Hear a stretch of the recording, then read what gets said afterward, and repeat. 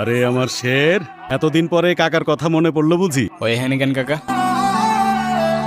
আরে তোরা যে কি শুধু কথায় কথায় গ্যাঞ্জাম করস, এক জায়গায় থাকলে সবাই মিলেমিশাই থাকা লাগে নাকি?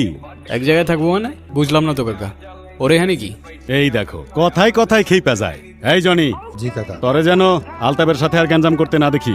কিন্তু কাকা, কিন্তু আবার কি, আমার এলাকায় আমার আলতাপের কথার উপরে কোনো কথা চলে না, তো মান সম্মানটা তো দেয়া লাগবো।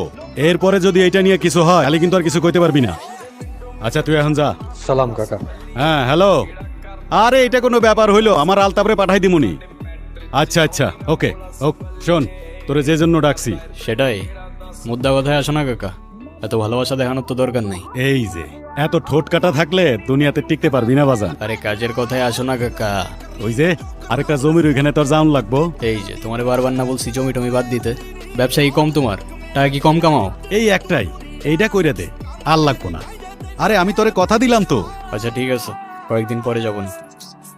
আসি। আচ্ছা।